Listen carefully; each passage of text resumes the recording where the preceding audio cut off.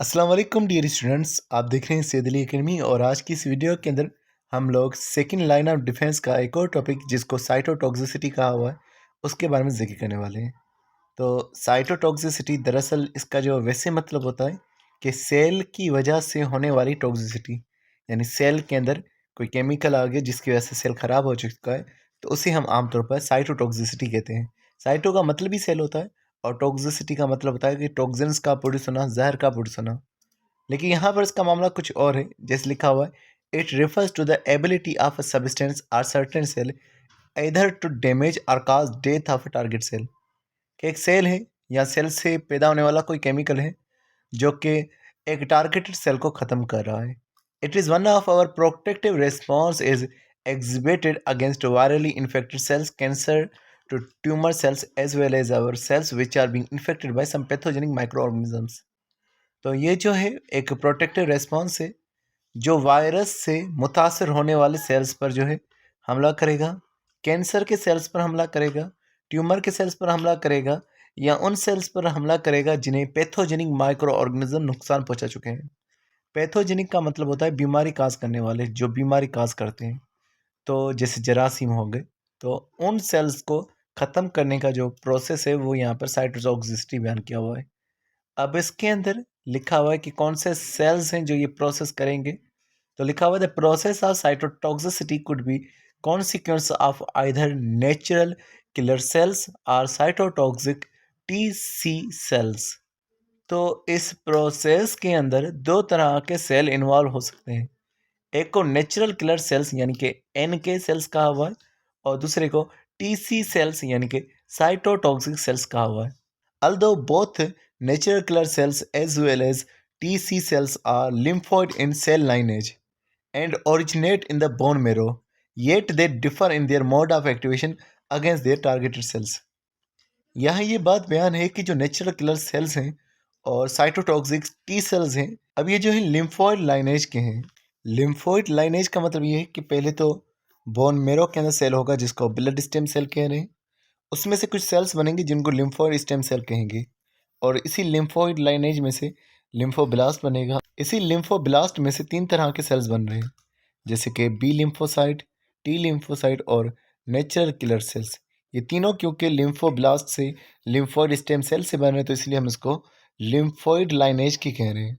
और दूसरे जो है माइलॉइड लाइनेज के जो है सेल्स होते हैं जिसके अंदर ये हमारे पास ग्रेन्यूलोसाइट्स आ गए, जैसे स्नोफिल्स, बेसोफिल्स, न्यूट्रोफिल्स और मोनोसाइट्स और रेड ब्लड सेल्स।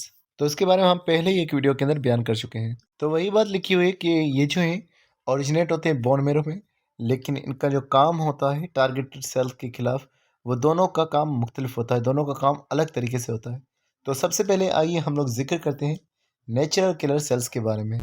तो लिखा हुआ है, natural killer cells are one of the type of lymphocytes involve in detecting and eliminating virally infected cells as well as cancer cells.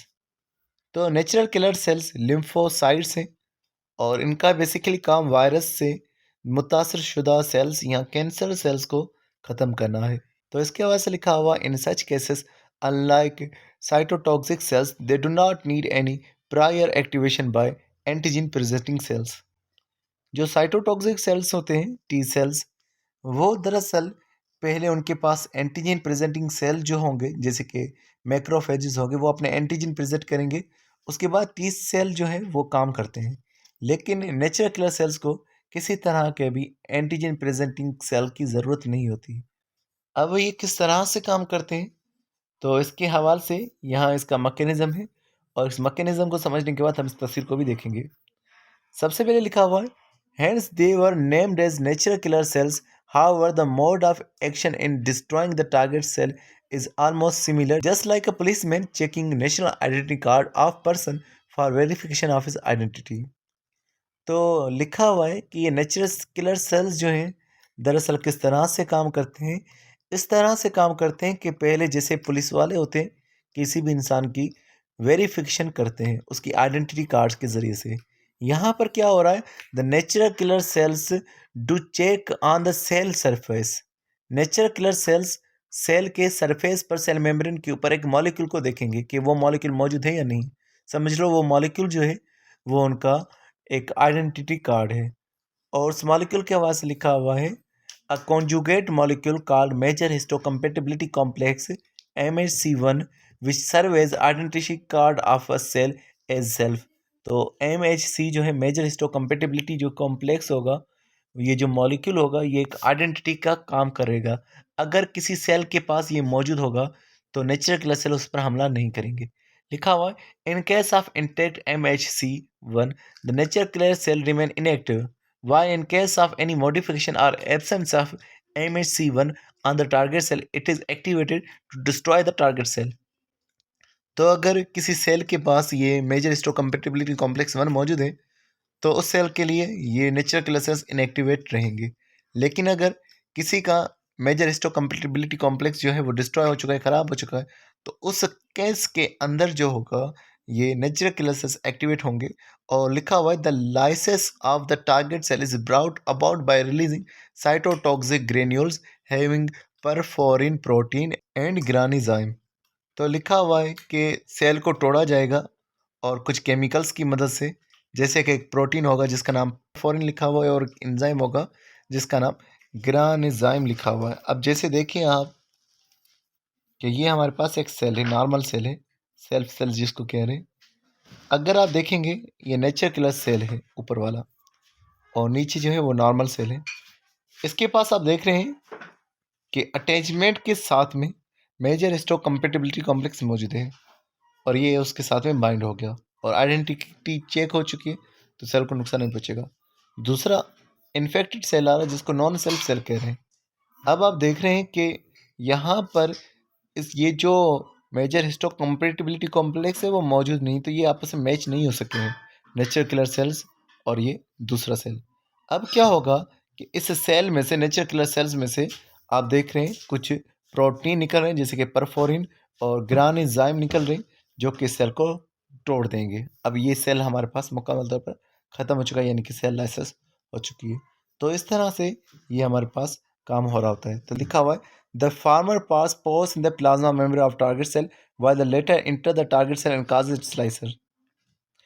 तो जो परफोरिन होगा वो प्लाज्मा मेम्ब्रेन में चला जाएगा सेल के अंदर और उसके अंदर सुराख बना देगा, और जो दूसरा है यानी ग्रानिजाइम जो है वो टारगेट सेल में चला जाएगा और उसको जो है तोड़ देगा।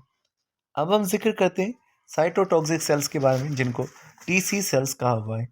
साइटोटॉक्सिक सेल्स के बारे में जिक्र करें तो लिखा हुआ है cytotoxic cells are another group of immune cells which belong to the lymphocyte family of our WBC। ये भी लिम्फोसाइट से बिलोंग करते हैं और WBC का हिस्सा है। As the name suggest they recognise virally infected cells as well as tumour sales.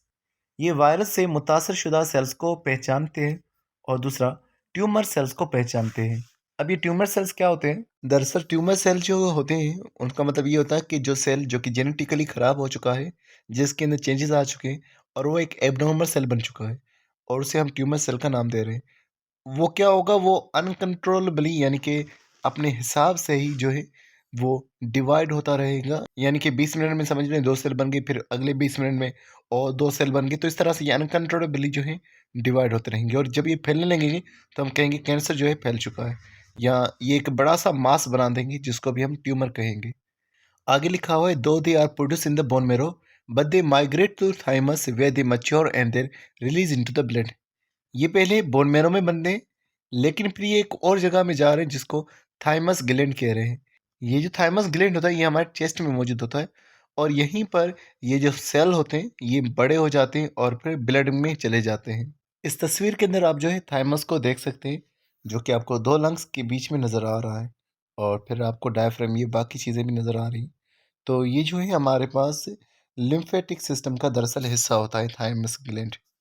आगे लिखा हुआ है during their maturation process the naive T cells which develop CD8 type of coreceptor along with T cell receptor on their surface turn into cytotoxic cells। यहाँ spelling mistake की गई है, यहाँ पर इन्होंने NIVE लिखा हुआ है, दस सही होता है NAIVE। तो नाइव्स टी सेल्स जो होते हैं दरअसल ये वो सेल्स होते हैं जो इमेच्योर होते हैं। जब ये मैच्योर हो रहते हैं नाइव टी सेल्स, फिर जो है ये अपने अंदर कुछ रिसेप्टर्स डेवलप करते हैं। जैसे एक रिसेप्टर का नाम लिखा हुआ है CD8 को रिसेप्टर और दूसरा है T सेल रिसेप्टर TCR। तो फिर ये चेंज हो जाते हैं साइटोटॉक्सिक सेल के अंदर। यानी साइटोटॉक्सिक सेल्स के ऊपर जो है 2 तरह के रिसेप्टर्स मौजूद हैं। एक टीसीआर रिसेप्टर और दूसरा CD8 को रिसेप्टर, ये दोनों जो हैं मौजूद होते हैं साइटोटॉक्सिक टी सेल के ऊपर। इस तस्वीर के अंदर आप देख सकते हैं, आपको जो है TCR नज़र आ रहा है, दूसरा CD8 जो है ये नज़र आ रहे हैं और फिर ये अटैचमेंट का काम कर रहे हैं MHC कॉम्प्लेक्स के साथ में। अब यहाँ पर भी आप देख सकते हैं कि टी सेल और इनका काम लिखा हुआ है कि इसके अंदर जो रिसेप्टर्स हैं वो काम क्या कर रहे हैं, तो यहाँ पर उसके वजह से मौजूद है। मज़ीद हम दोबारा से उसी बुक के पैराग्राफ को पढ़ते हैं। तो लिखा हुआ है, थ्रो देयर CD8 को रिसेप्टर एंड TCR यानी कि T cell receptor, the cytotoxic cells bind with major histocompatibility complex 1 present on all of their own nucleated cells of the body except macrophages because they have another major histocompatibility complex MHC2। तो लिखा हुआ है कि जो T cells होते हैं वो जब भी किसी सेल के साथ में बाइंड करेंगे तो उनके ऊपर जो रिसेप्टर्स मौजूद हैं यानी कि CD8 और TCR, ये दो रिसेप्टर्स जो मौजूद हैं वो उनके साथ में मेजर हिस्टोकम्पैटिबिलिटी कॉम्प्लेक्स जो दूसरे सेल का होगा उसके साथ में बाइंड करेंगे। आगे लिखा हुआ है, for the activation of TC cells several chemical signals are required from other cells like dendritic cells and T helper cells. अगर जो साइटोटॉक्सिक सेल्स हैं उन्हें काम करना है तो उन्हें सिग्नल्स चाहिए जो कि दूसरे सेल्स में से इनके पास पहुंचेंगे। वो दूसरे सेल कौन से होंगे? डेंड्राइटिक सेल्स होंगे या टी हेल्पर सेल्स होंगे। आगे लिखा हुआ है, whenever the T cells encounter virally infected cells, they recognize them immediately through the viral antigens expressed on the MHC of the infected cell।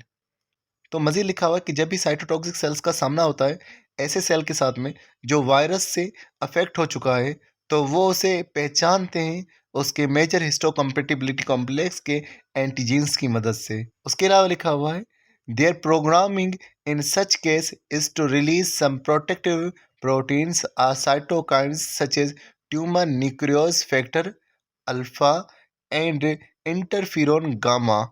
तो जब भी ये सामना कर रहे हैं किसी वायरस वाले सेल के साथ में तो इनकी ये प्रोग्रामिंग बनी हुई है।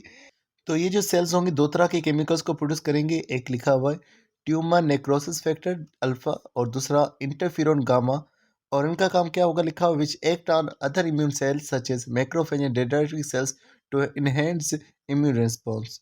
जब ये फैक्टर्स निकलेंगे, जब ये केमिकल्स निकलेंगे, प्रोटीन्स निकलेंगे, तो बाकी के जो सेल होंगे इम्यून सिस्टम के वो भी एक्टिव होंगे और वो भी अपना काम दिखाना शुरू कर दें उन सेल्स के खिलाफ।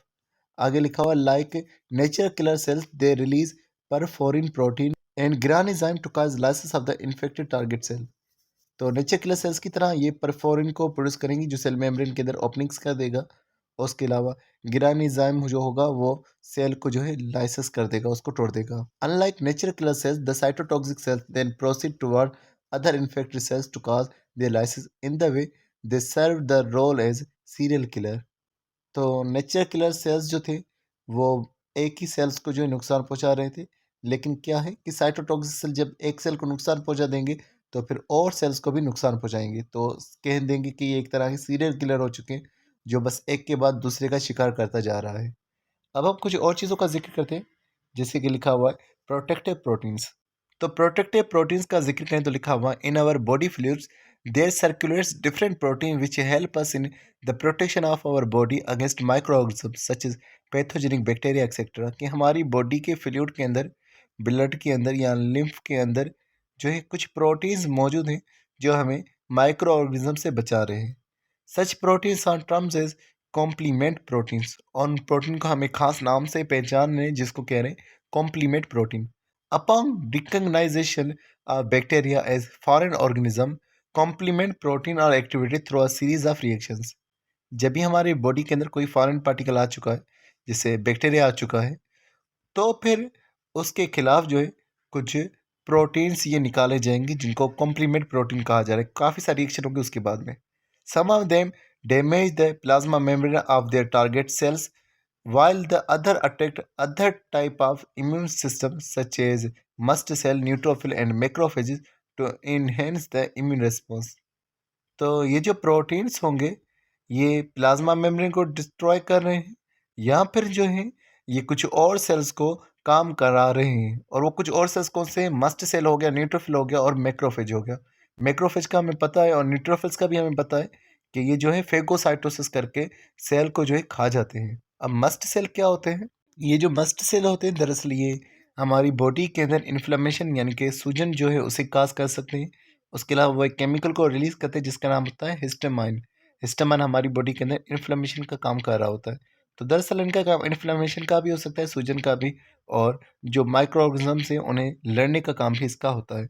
तो इस तरह के कई सारे जो है ये सेल्स एक्टिव होंगे इन प्रोटेक्टिव प्रोटीन्स की वजह से। तो अब हम जिक्र करते हैं इन्फ्लेमेटरी रेस्पॉन्स के बारे में। इन्फ्लेमेशन का लफ्जी मतलब होता है आग पर लगाना। वैसे इसके मतलब की बात करें तो लिखा हुआ it is one of the non specific immune response which is usually a consequence of infection. कि इन्फेक्शन के बाद होने वाला जो नॉन स्पेसिफिक इम्यून रिस्पॉन्स है वो इन्फ्लेमेटरी रेस्पॉन्स होता है। नॉन स्पेसिफिक ये किसी खास जानदार के खिलाफ नहीं होगा, तमाम जानदारों के खिलाफ होगा, और इन्फेक्शन के बाद ही इन्फ्लेमेशन होती है। However, it may be due to other factors like tissue damage, irritants or autoimmune disorder. इसकी कुछ और वजूहात भी हो सकती है इन्फेक्शन के अलावा, कि टिश्यू डैमेज हो चुका हो तो वहाँ इन्फ्लेमेशन होगी ताकि ज़ख्म जो है वो ठीक किया जाए। अगर कोई इरिटेंट्स आ रहे हैं, इरिटेशन हुई है, कोई हमारे अंदर केमिकल्स दाखिल हुए हैं, तो उस वजह से भी जो है ये इन्फ्लेमेशन हो सकती है। या ऑटो इम्यून डिसऑर्डर यानी कि हमारी इम्यून सिस्टम अगर हमारी बॉडी को नुकसान पहुंचा रहे तब भी ये रिलीज हो सकते हैं। आगे लिखा हुआ है it is classically categorize as two types, acute and chronic. इसकी दो किस्में, एक्यूट और दूसरी क्रॉनिक। जब भी एक्यूट का मतलब होता है तो उसका मतलब होता है कि शॉर्ट टाइम तक चलने वाली, और जब भी क्रॉनिक का मतलब होता है तो उसका मतलब होता है ज़्यादा देर तक चलने वाली। तो दो तरह की इन्फ्लेमेशन, एक जो ज़्यादा देर तक चलती है जिसको हम लोग क्रॉनिक कह रहे हैं, जो कम देर तक चलती है जिसको हम एक्यूट कह रहे हैं। तो इसके बाद से लिखा हुआ है the acute type is a short term inflammation and characterized by redness, hotness, pain, swelling and loss of function of the affected organ. तो जब acute इन्फ्लेमेशन होती है थोड़े टाइम के लिए, तो वो जो हिस्सा जहाँ पर इन्फ्लेमेशन हुई है वहाँ आपको रेडनेस नज़र आएगी, थोड़ा सा गर्म वहाँ पर हिस्सा नज़र आएगा आपको, वो पेन भी होगा, फूला हुआ हिस्सा होगा, और सूजन की वजह से उस हिस्से का काम भी नहीं हो रहा होगा। आगे लिखा हुआ the chronic one is the long term duration and is usually a consequence of disease like cardiovascular disorder, allergy or etc. तो ये जो क्रॉनिक इन्फ्लेमेशन हो सकती है उसकी कई सारी वजूहत हो सकती है। जैसे अगर हमारे पास कार्डियोवैस्कुलर डिसऑर्डर्स हो गए, यानी कि ब्लड और हार्ट के डिसऑर्डर्स, या कोई एलर्जी हो गई, तो उसकी वजह से ये ज़्यादा देर तक चलने वाली इन्फ्लेमेशन हो सकती है। मज़ीद लिखा हुआ whenever damage to our tissues takes place either through an accident or a pin prick to skin, the harmful bacteria are introduced in our tissues. जब भी हमारे टिश्यूज़ में डैमेज होगा तो कोई भी वजूहात हो सकती है। तो स्किन, क्योंकि हमारी बॉडी में एक रास्ता था जो कि रोक रहा था, स्किन का रास्ता जो है वहाँ से बन जाएगा, तो हार्मफुल बैक्टीरिया हमारी बॉडी में दाखिल हो जाएंगे। As a result the damage tissue release specific complex protein such as histamine and prostaglandin which dilute the nearby blood vessels and attack neutrophils and macrophages to the site of infection so that the intruder bacteria may be eliminated through phagocytosis। कि जब भी कोई हमारा skin जो है cut लग चुका है, तो स्किन क्योंकि वहाँ पर कट लग चुका है वहाँ से माइक्रो ऑर्गेनिज्म आ रहे हैं। अब हमारी बॉडी जो होगी कुछ केमिकल्स को प्रोड्यूस करेगी, जैसे हिस्टामाइन हो गया या प्रोस्टोग्लैंडिन है। ये जो हिस्टामाइन है और प्रोस्टोग्लैंडिन है ये क्या करेंगे, ब्लड वेसल्स को डायलेट कर देंगे, यानी ब्लड वेसल्स को चौड़ा कर देंगे। जब ब्लड वेसल चौड़ा होगी तो वहाँ से ब्लड वेसल्स के ज़रिए से न्यूट्रोफिल्स और मैक्रोफेजेस उस इन्फेक्शन की जगह पे पहुँचेंगे, और इससे उस बैक्टीरिया को ख़त्म किया जाएगा फेगोसाइटोसिस के ज़रिए से। आगे मज़ीद लिखा हुआ it may result in abscess. इसकी वजह से एब्सेस हो सकती है, और एब्सेस का मतलब होता है कि पस का जमा हो जाना। पस कहते हैं कि वाइट कलर का फ्लूइड जिसके अंदर कई सारे डेड सेल्स मौजूद हों। जब भी इन्फेक्शन होता है तो वहाँ पर हमारे पास कुछ फ्लूइड जमा हो जाता है, और वो फ्लूइड जो होता है वो एब्सेस कहलवाता है। Since it is a sort of war is going on the infected tissue, our own cells may die forming a thick paste like white, yellow, orange or greenish fluid pus is formed. तो क्योंकि जंग चल रही थी जहाँ पर cut लगा था, और उस जंग के दौरान हमारे कुछ सेल्स सिपाहियों की तरह मारे गए, तो उनकी सारे के मिक्सचर की वजह से एक फ्लूइड बन गया जिसको पस कह रहे हैं। द पस में है बैड स्मेल, और पस की जो है वो खराब स्मेल भी हो सकती है। अब इस तस्वीर के अंदर आप देखेंगे कि इस तस्वीर के अंदर हमारी बॉडी के अंदर पिन वगैरह लगी है जिसकी वजह से हमारी बॉडी में पैथोजन दाखिल हुए हैं।